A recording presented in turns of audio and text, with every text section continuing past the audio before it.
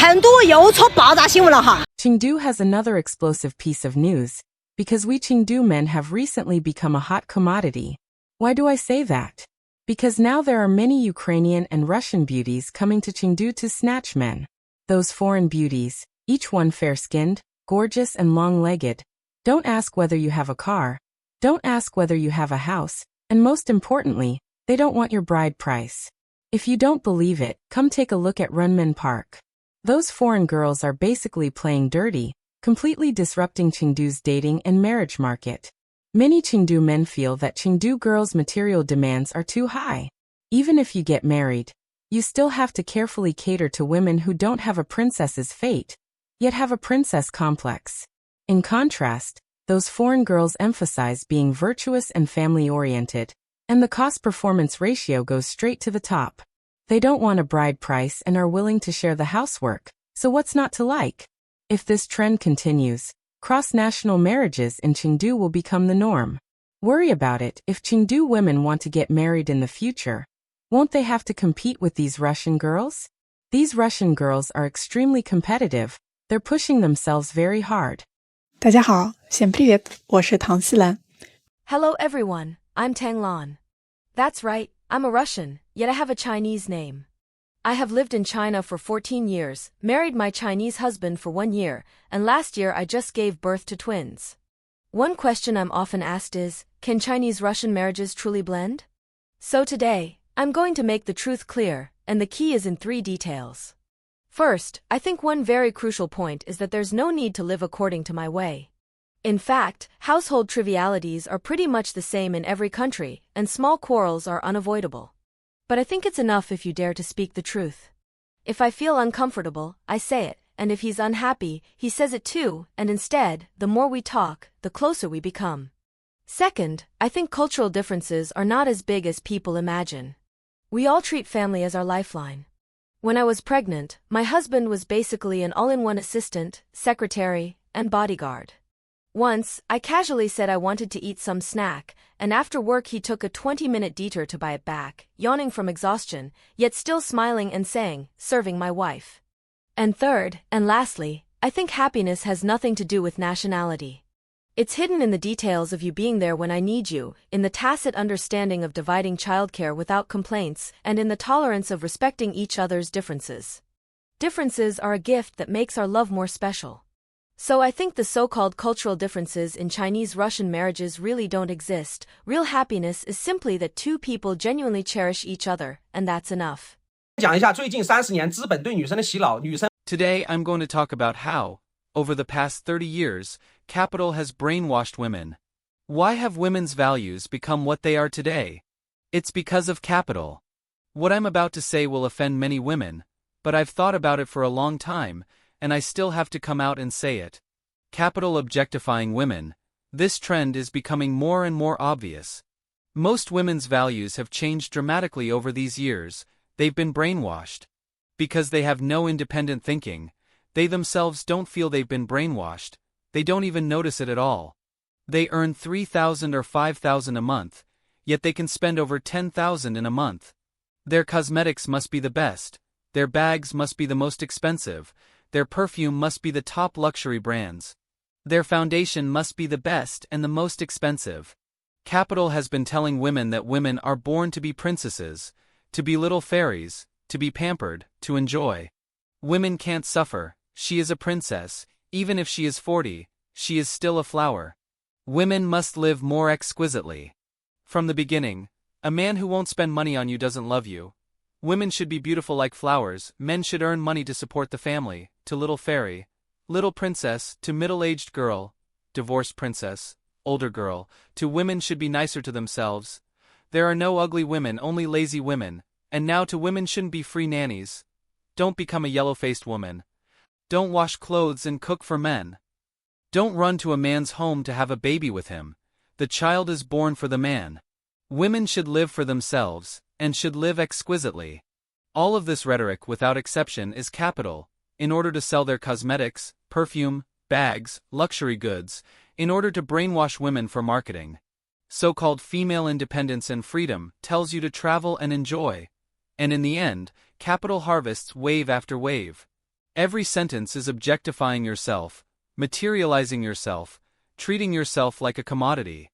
In ancient slave societies or wartime eras, what love did women have? What freedom did they have?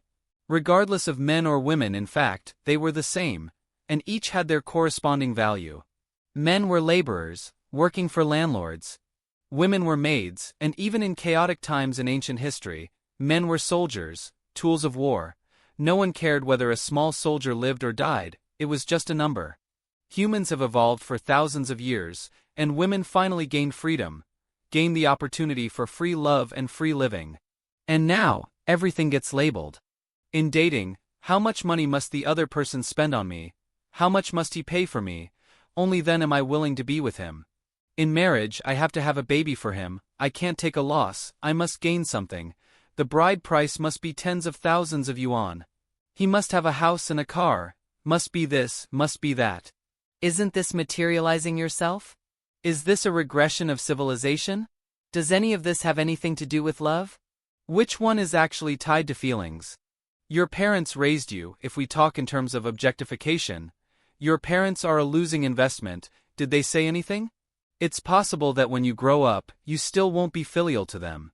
They raised you for 20 years, 30 years, but have you truly been filial to your own parents?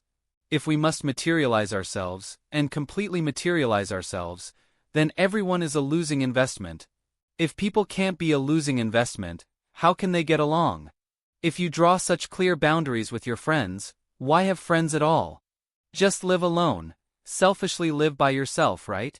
Now when it comes to marriage, when it comes to dating, it's all reality, all material interests. Have people become commodities?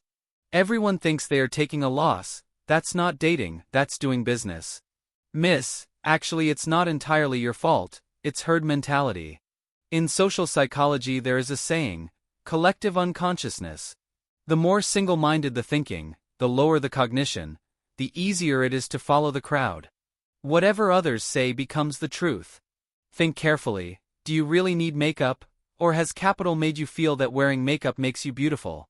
Others wear makeup so you wear makeup, others get plastic surgery so you get plastic surgery, others are materialistic so you are materialistic. What do you really want? Do you want love, or companionship, or emotional value? To go through hardships and sweetness with a man, to support each other and grow old together, or deep down since childhood, do you really think that sitting in a Rolls-Royce will give you spiritual satisfaction? If you live a so-called good life, will you really be happy? In every person's growth process, the values shaped by the outside world, and the influences from it, are very significant. Everyone should have the ability to think independently, and think more. Do you truly need this, or have others made you feel you should need it? My video may be taken down by Capital, because it touches their interests. So, little fairies, I hope after watching this video you can calm down and think, is this thing itself what you want, or have others told you that you should buy luxury goods, you should buy bags, you should buy the most expensive ones? Think more for yourself. 哇，朋友们，大家好，我是东北洋媳妇儿。 Friends, hello everyone, I'm a Russian wife from the Northeast. Recently, especially many Chinese people have asked me, why did you marry into China? Why did you find a Chinese husband?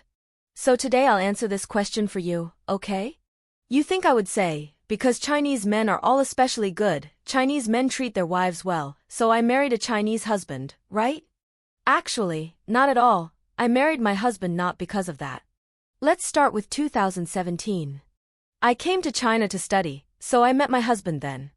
I knew a little Chinese at first, but I never thought about finding a Chinese husband. I didn't know what Chinese men were like. Why did I end up marrying into China? It's because I fell in love with my husband, nothing else, I just liked him. I like his personality, and I think my husband is handsome too, and that's why. In fact, we Russian girls are like this.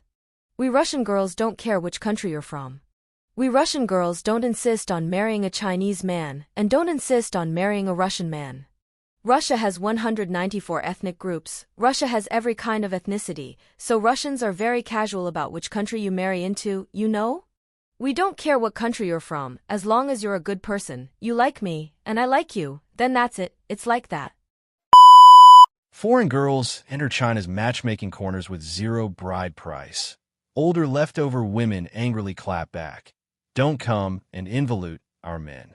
Recently, matchmaking corners in major cities across the country have suddenly been taken over by a group of blonde, blue-eyed beauties. They come from Russia, Ukraine, Belarus, and other countries, and they hold signs that say no bride price, only Chinese men, instantly igniting the dating and marriage market. These foreign girls are not only highly educated and good-looking, they also come with a paying-in vibe, earning 50,000 yuan a month, speaking 4 languages, not wanting a house, a car, or a bride price, proactively willing to have children, and some even say in fluent Chinese that they just want Chinese men to treat their wives well. This scene makes Chinese men's parents overjoyed. In Shanghai's Renmin Park, an aunt matchmaking for her son said bluntly that her son earns 10,000 yuan a month. Local girls want a car, want a house, and also want a 388,000 yuan bride price. But now foreign girls want nothing and are so young. So she quickly took photos of a Ukrainian girl and sent them to the family chat group. But this wave of cross-national romance has made older single women in China anxious. On social media, some tell them to get out of China, and others mock that domestic men can't involute anymore themselves, so they're counting on foreign girls to alleviate poverty. Most of these foreign girls flooding into matchmaking corners are between 20 and 25 years old, and many have master's or doctoral degrees. Even more jaw-dropping is that their requirements for men are almost humble. They don't demand a house, a car, or savings, and they are even willing to follow the man to live in 3rd and 4th-tier cities. In an interview, a Ukrainian girl admitted that Chinese men are family-oriented and filial, and the divorce rate is also low, and they are more reliable than men in their country. By comparison, the sky-high bride price in the domestic dating and marriage market looks completely out of place. In one place in Jiangxi, the average bride price is 388,000 yuan, plus 3 gold pieces and 1 diamond. Foreign brides bring their own dowry, while domestic brides drain the family savings.